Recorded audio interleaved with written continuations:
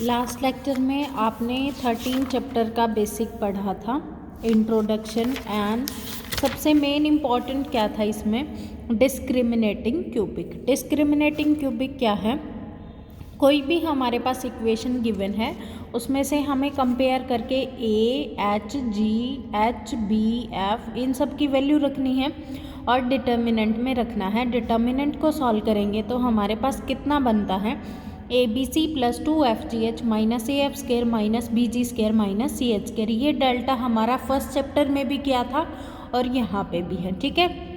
इसका नाम क्या है, डिस्क्रिमिनेटिंग क्यूबिक। और जब इसको सॉल्व करेंगे तो लैम्डा की वैल्यू आएंगी और लैम्डा की इक्वेशन किस में बनेगी, क्यूबिक इक्वेशन। वहाँ से लैम्डा की 3 वैल्यू आएंगी और हर वैल्यू को क्या कहेंगे, कैरेक्टरिस्टिक रूट। और जो भी 3 रूट आएंगे वो कम से कम एक रूट पक्का क्या होगा, रियल होगा, ठीक है। उसके बाद reduction of second degree equation, इस इक्वेशन को इन सब में रिड्यूस करना है, अलग अलग केसेस बनेंगे। उसके बाद यहाँ पे क्या था, when all the characteristic root of discriminating cubic are different from zero. इसने क्या कहा है कि जब सारे के सारे रूट हैं वो किससे अलग हैं, ज़ीरो से अलग हैं। मतलब कैसे हैं, नॉन ज़ीरो वैल्यू है। नॉन ज़ीरो वैल्यू है उनसे क्या किया था, डी को निकाला। डी को निकालते ही जब D not equal to zero है तो हमारे के सारे यहाँ से डी आया है। डी कितना है, a h g h b f g F c. Determinant कैसा है, नॉन ज़ीरो है। सारे के सारे रूट कैसे हैं, डिफरेंट फ्रॉम ज़ीरो है। जब सारे रूट डिफरेंट फ्रॉम ज़ीरो हैं तो डिटर्मिनेंट कैसा आएगा, नॉन ज़ीरो आएगा। अगर एक भी लैम्डा की वैल्यू ज़ीरो है तो डिटर्मिनेंट क्या हो जाएगा, ज़ीरो हो जाएगा, ठीक है।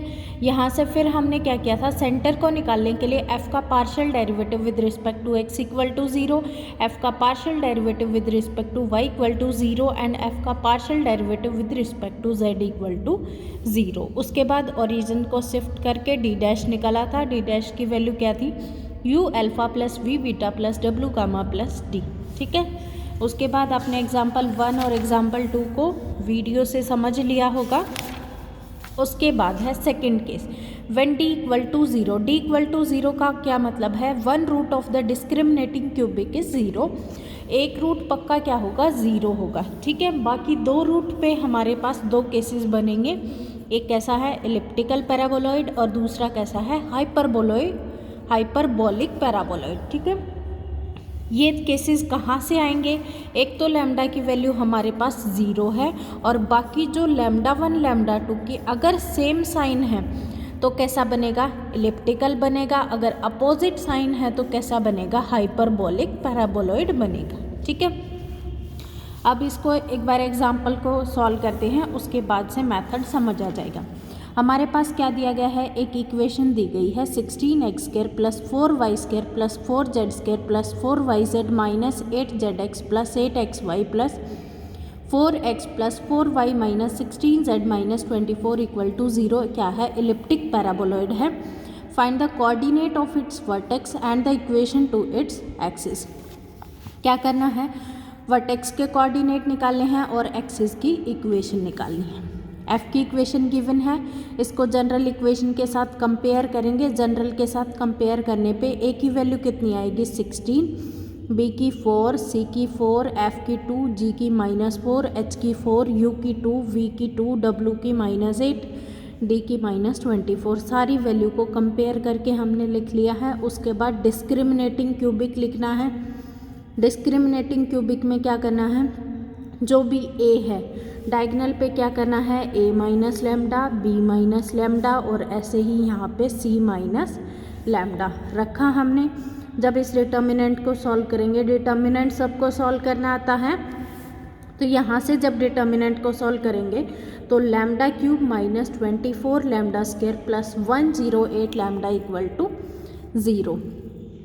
तो लैम्डा को कॉमन लिया, लैम्डा की एक वैल्यू ज़ीरो आएगी और एक वैल्यू, जब इस इक्वेशन को क्वाड्रेटिक इक्वेशन को सॉल्व किया तो हमारे पास 2 रूट बने, लैम्डा इज इक्वल टू 6 और 18, ठीक है।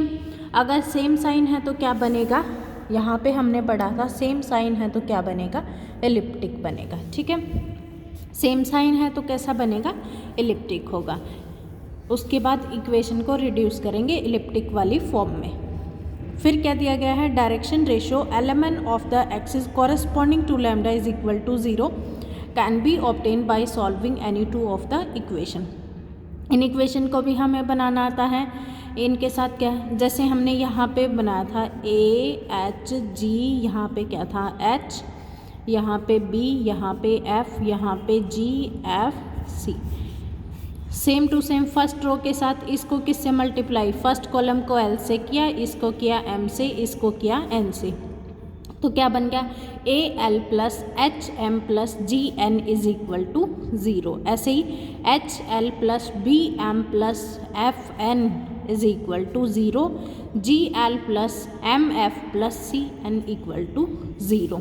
जब इन दोनों इक्वेशन को सॉल्व करेंगे तो हमारे पास ए एच जी एच इन सब की वैल्यू रखेंगे, ऊपर से हमारे पास गिवन है तो दो इक्वेशन बनेंगी 4l plus m minus n equal to 0, 2l plus 2m plus n equal to 0। यहाँ से क्रॉस मल्टीप्लिकेशन मेथड से lmn को सॉल्व किया तो l की वैल्यू कितनी आएगी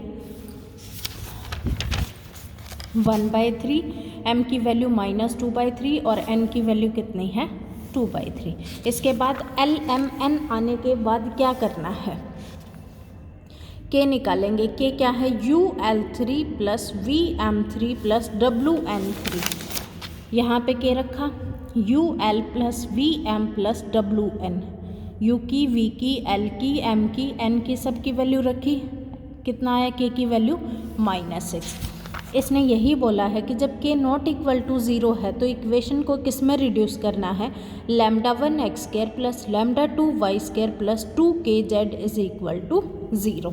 λ3 क्यों नहीं रखा, λ3 z स्क्वायर, क्योंकि λ3 की वैल्यू कितनी थी 0 को किसी के साथ मल्टीप्लाई करेंगे तो 0, इसलिए यहाँ पे z स्क्वायर का कोफिशिएंट नहीं है, ना ही z स्क्वायर की टर्म है। ठीक है, तो इस रिड्यूस्ड इक्वेशन क्या बनी, λ1 x square plus λ2 y square plus 2kz is equal to 0। λ1 की वैल्यू रखी 18, λ2 की वैल्यू रखी 6, k की वैल्यू रखी तो 3x square plus y square minus 2z is equal to 0। ये किसकी इक्वेशन है, एलिप्टिकल पैराबोलॉइड की।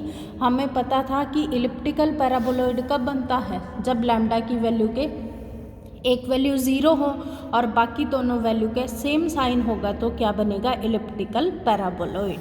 अब क्या सॉल्व करना है, वर्टेक्स को सॉल्व करना है। वर्टेक्स को सॉल्व करने के लिए हम क्या है, इक्वेशन का हमें पता है ax plus hy plus gz plus u minus L K is equal to 0, v minus M K और w minus N K is equal to 0 along with k into में lx plus my plus nz plus ux plus vy plus wz plus v equal to 0।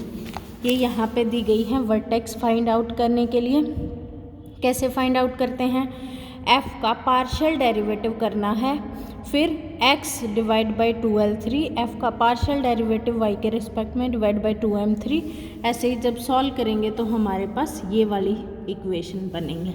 ठीक है, ये वाली equation हम यहाँ से भी याद कर सकते हैं। a के साथ किसको मल्टीप्लाई किया, x को, फिर h के साथ किसको किया, y को, g के साथ किसको किया, z के साथ। ठीक है, और फिर यहाँ पे लिखा u माइनस L3 के, सेकंड में क्या लिखना है v माइनस M3 के, और थर्ड में क्या लिखना है w माइनस N3 के, और k के साथ क्या लिखना है L3 M3 N3 ऐड करके प्लस में ux plus vy plus wz plus d equal to 0। जब हमने चारों इक्वेशन को लिखा, इनमें वैल्यू रखी a h g सब की वैल्यू रखी, तो इक्वेशन किस में रिड्यूस होगी, 4x plus y minus z is equal to -1, 2x plus 2y plus z is equal to 1, y minus 2z is equal to 4। कितने इक्वेशन है, 3 इक्वेशन है, 3 वेरिएबल हैं। सॉल्व कर लेंगे तो यहाँ से जब सॉल्व करेंगे इन इक्वेशन को, x की वैल्यू कितनी आएगी -1, y की वैल्यू कितनी 2, z is equal to -1, vertex कितना आया -1 2 -1। फिर इक्वेशन ऑफ एक्सिस लिखना है तो कैसे लिखेंगे, वर्टेक्स कितना है -1, तो x माइनस -1, यहाँ पे ऐसे ही y by y minus y1 is equal to z minus z1। और lmn की वैल्यू कितनी थी 1/3 माइनस 2/3 और 2/3, तीनों से 3 कैंसिल हो जाएगा। अगर हम यहाँ पे लिखेंगे 1/3 माइनस 2/3 2/3, 3 से 3 कैंसिल हो गया, तो यहाँ पे लिखा गया 1 माइनस 2 और 2। ठीक है, समझ आया आप सबको।